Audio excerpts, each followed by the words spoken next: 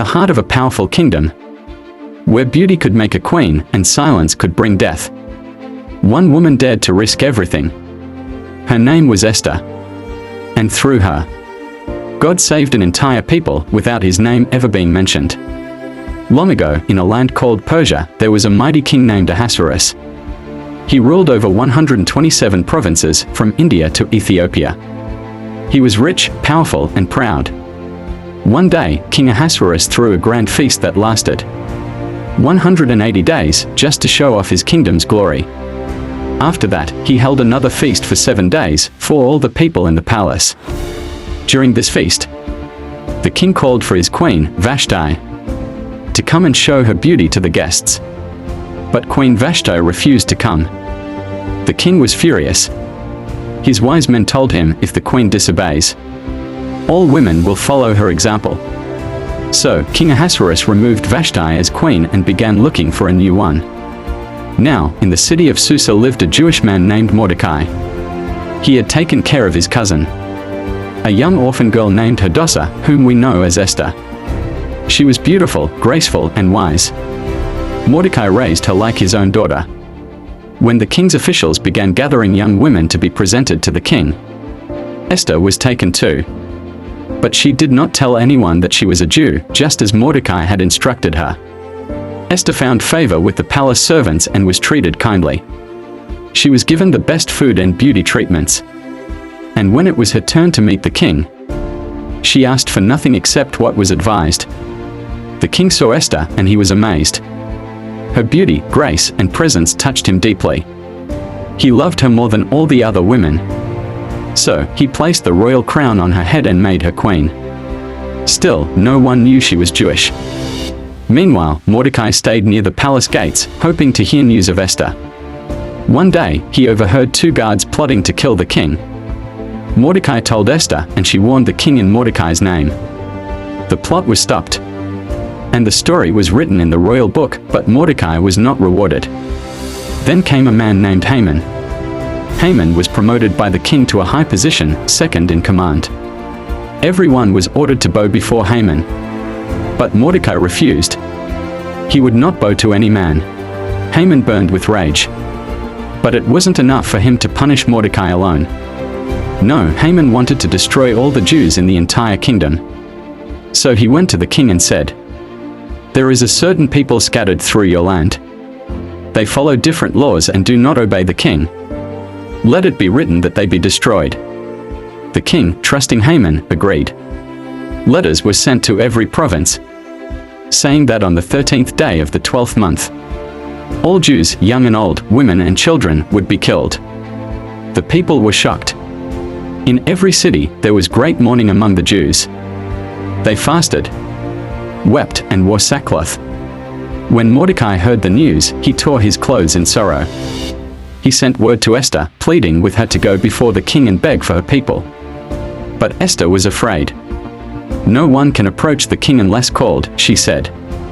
"And if I go without being called, I could be put to death unless he holds out the golden scepter." Then Mordecai sent her a powerful message. "Do not think you will escape because you live in the palace. If you remain silent, deliverance will come from somewhere else, but you and your family will perish. And who knows? Perhaps you have come to the kingdom for such a time as this." Esther's heart was moved. She sent word to Mordecai, "Gather all the Jews in Susa. Fast for me for 3 days. Do not eat or drink, night or day. I and my servants will fast also. Then I will go to the king, though it is against the law. And if I perish, I perish." On the 3rd day, Esther put on her royal robe and stood in the inner court of the palace. The king sat on his throne. When he saw her, he was pleased, and he held out the golden scepter. Esther approached and touched it. "What do you want, Queen Esther?" The king asked. "Even up to half the kingdom, it will be given to you." Esther replied, "If it pleases the king, come today to a banquet I have prepared for you and Haman." The king agreed. At the banquet, the king asked again, "What is your request, Esther?" She answered, "Come again tomorrow with Haman, and I will tell you." That night, the king could not sleep.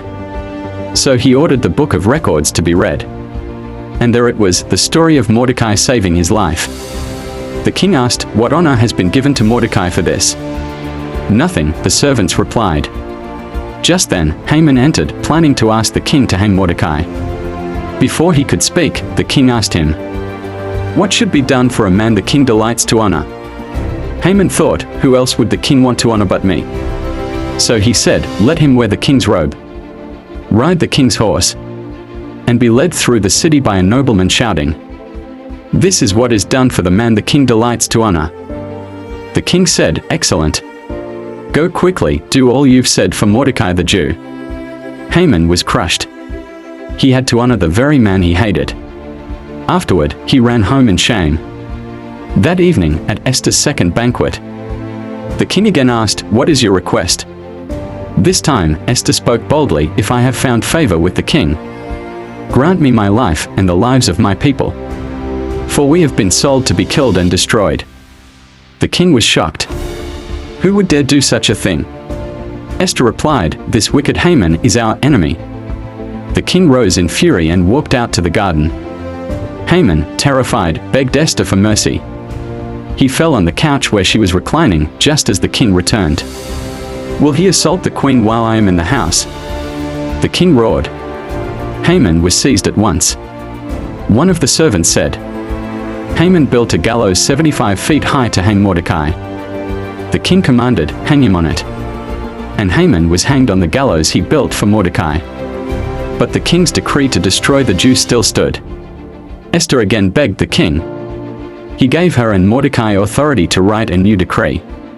So they sent out letters to all provinces, saying the Jews could now defend themselves on the day of attack. When that day came, the Jews overcame their enemies. Joy and gladness filled their hearts. They celebrated with feasting and gifts.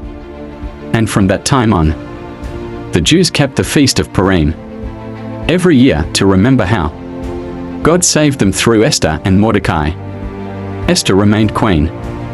Mordecai became second in command to the king.